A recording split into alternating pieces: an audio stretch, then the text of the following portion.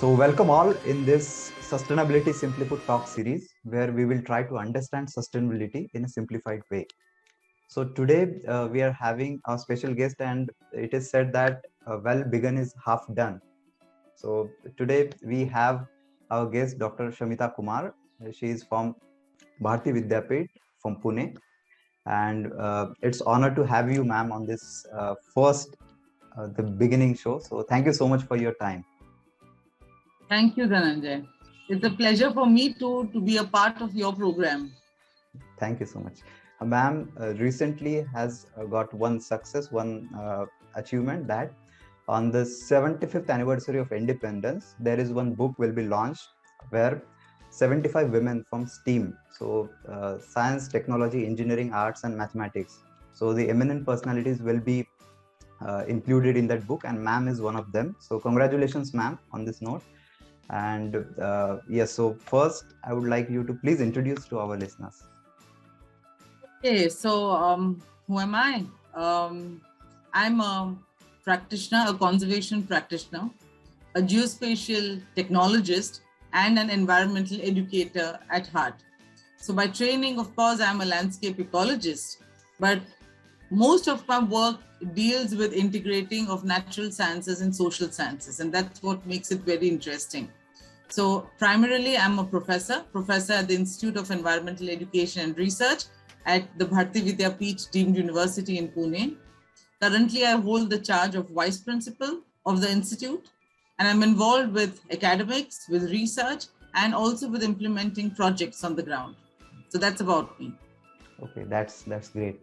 And I know ma'am personally with she has been doing a lot of work in sustainability.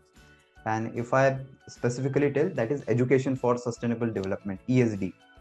So, ma'am, we would like to understand sustainability from you. So, what is sustainability for you? So, that's an excellent question to begin with, Dhananjay. So, to me, sustainability is a way of life.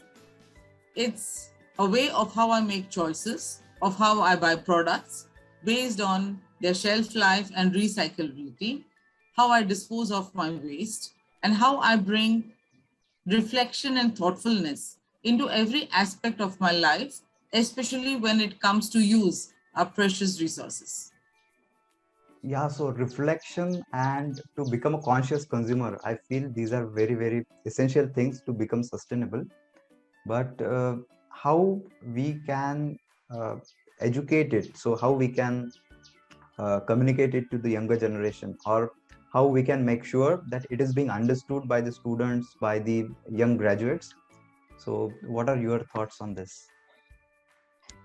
Education is probably one of the greatest tools that we have today to incorporate consciousness about sustainability and the environment. To give you an example, around 22 or 23 years ago, we at the Institute did a little study on what do people read to get their information about the environment. So we wrote to all the major environmental organizations at that time to see what was the sales figures of their most popular book over 5 years. To our surprise, it turned out to be a book that had sold 40,000 copies over 5 years. Wow. And what was it? It was Salim Ali's book of Indian birds. Okay. And this really set us thinking. To us, it was no surprise that among all the environmental books, this was the one that had the greatest sale. But it really set us thinking because 40,000 of 1 billion, it's hardly a fraction of India's population. Right. So which means that this was not the channel that one would use to foster an environmental awareness. What would then be the way? And then we looked at textbooks and said, okay, textbooks reach about 15 to 20% of India's population. And can we get it into textbooks? And that was the beginning of integrating environmental concepts into school curricula.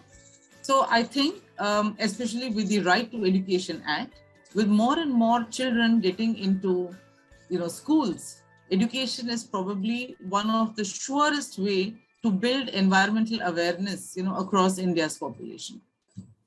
Right, perfect. Yeah, that makes sense because whenever I means we are having a target, every child should go to school, right? So when a student comes to school, so in their early years, if we have these concepts in the textbook, then we will be in a better place to impart these concepts to the students. During this period, I guess we are seeing transition from environmental education EE towards sustainability education or ESD, education for sustainable development. So how do you see this? What is the difference and how you see the transition from this? So in India, we do have a history of environmental education. So ESD as such is today not being mentioned within the school curriculum. But if you look at it, when we talk about environmental education, or when we talk of environmental sciences, or when we speak of environmental studies, we talk of human interactions with the environment, right? So E per se, had very much a focus on the environment. While when we talk of ESD, or when we speak of sustainability, we are looking at environment as one of the spheres that links to the social dimension and brings about a balance in the practices that we do as professionals, also bringing in a certain level of, I would say, comfort, in our own lives. So it's a balance between the environmental pillar and the social pillar and the economic pillar. But at the end of it, I think what one would like to use is this nested approach of sustainability, where one would like to impart concepts, or talk about development as being nested within our environmental boundary. So we do have a boundary. The earth does have a boundary beyond which the use of resources is unsustainable. So can we embed the other spheres of sustainability, especially the social sphere and the economic sphere, within our environmental boundary? So I see this as a nested, kind of a model where it's essential that everybody has access to the basic necessities of life in terms of, housing or water or electricity or, good jobs or a decent living or, access to justice, access to healthcare. At the same time, we see to it that the nation prospers, but all of this happens within our environmental boundaries. So I think this is what I would see as a major difference between EE and, ESD when we talk of sustainability in schools. Seeing the holistic picture rather than just, one particular aspect. So I think this would be, for me, a major difference. Right, perfect. So I often think about this as one example. So let's say if a person is hungry, hasn't eaten food for almost 7 days or 10 days. So can we teach the environment to them? So the previous concept of environmental education, so we only focus on environment, but we are completely neglecting the social and the economic aspect. So if we have the decent living, if we have the basic necessities fulfilled, then only we can think about environment. Is it a good example, ma'am, to understand it? I wouldn't say that, one can say, okay, I first live a good life, or I have what I want, and then I begin to think about the environment. I think environment is crucial to the way we live. Yeah, concern for the environment is crucial to the way we live. So when we talk of, a person who's going hungry, yes, food security is important. But food security, it comes from having a good environment, right? And as I said, it's important that a certain basic necessities of life, are in place. And these are within our environmental boundaries. In fact, they are dependent on how we use the resources from our environment. So all of this is integrated. I don't think it can be separated into saying, okay, I'm going to be affluent now, and then I'll start thinking about the environment. It has to go hand in hand. Yeah. So it's this importance to understand that, okay, I can have a good job, and at the same time, I can live a life in such a way that my footprint on the planet is much less. Yeah, perfect. Means everything, all the three aspects should be thought at the same time. Means it's not one after another, but everything should be kept in perspective, and then we have to work on these fields, right? So let me come to the next question, because as we are talking about these things which are very complex, if any person hears it for the first time, so how did you get interested to work or learn about it?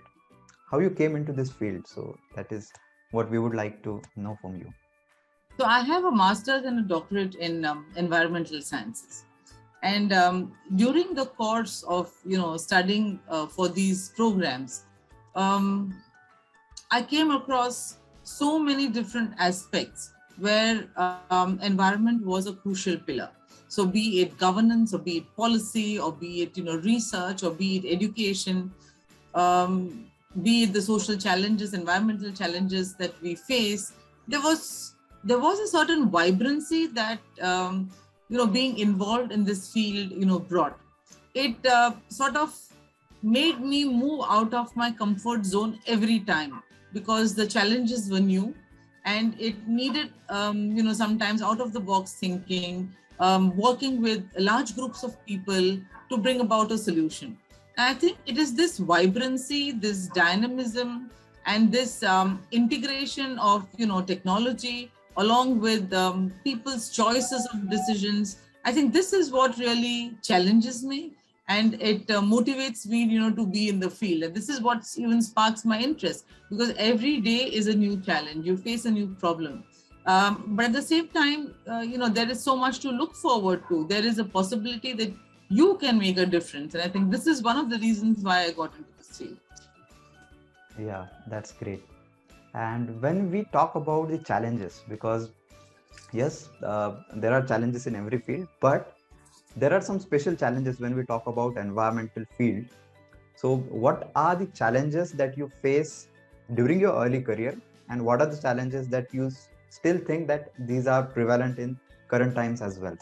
So when I began my career, with the narrow sort of worldview that I had at that time, I think being a conservation biologist and ecologist, I was more concerned about, what if we lose a species, yeah? And what if systems begin to collapse? What if our life support system begins to collapse and we can't do anything about it? But going further and deeper into the subject, and with the experience that I have now, I would say the challenges are of course many, but of course there are opportunities as well. But the challenges today that we deal with are basically the lack of awareness. Still, there is a lack of knowledge, lack of skills, lack of policies sometimes. And moreover, I think it's the collective will to act, because these are not problems that can be solved by a single individual. It needs collective action, right? Which also means that the way we implement policies and programs needs to be different. We need to carry people along with us. And I think these are some of the challenges that we face today. It's throwing traditional models, out and bringing in new models of governance that carries people along together.